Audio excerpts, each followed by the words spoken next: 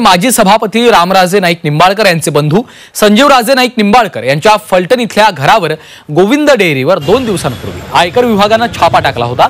या छाप्यानंतर तब्बल 60 तास निंबाळकर कुटुंबियांची चौकशी आयकर विभागाच्या अधिकाऱ्यांकडून केली जाते।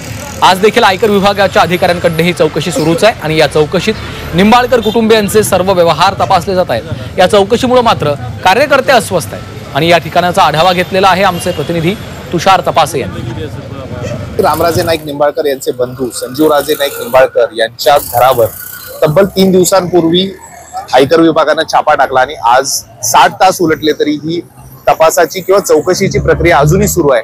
मी आता या ठिकाणी फलटण इथलं जे त्यांचा घर आहे, ज्या ठिकाणी आयकर विभागाचे अधिकारी 3 दिवस झाले ठाण मांडून बसलेले आहेत आणि या ठिकाणी त्यांची चौकशी सुरू आहे। खरं तर त्यांचं गोविंद मिल्क असेल, त्याबरोबर बँक असतील आणि इतर जी काही शैक्षणिक संस्था असतील याच्याबद्दलची माहिती घेतली जाते। पण असं असलं तरी कुठेतरी तणाव आहे।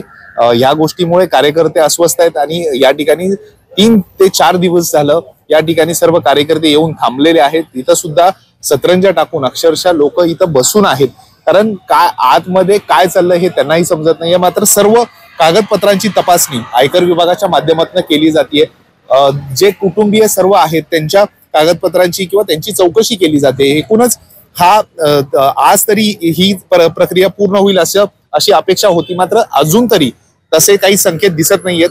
एकूणच आतमध्ये अजून सुद्धा चौकशीचा फेरा चालू आहे आणि त्यामुळे हा अजून ही प्रक्रिया उद्यापर्यंत चालेल का असा प्रश्न मात्र कार्यकर्त्यांच्या मनात उपस्थित होतोय। व्हिडिओ जर्नलिस्ट अनुराग दिवारसह तुषार तपासे, झी मीडिया, फलटण, सातारा।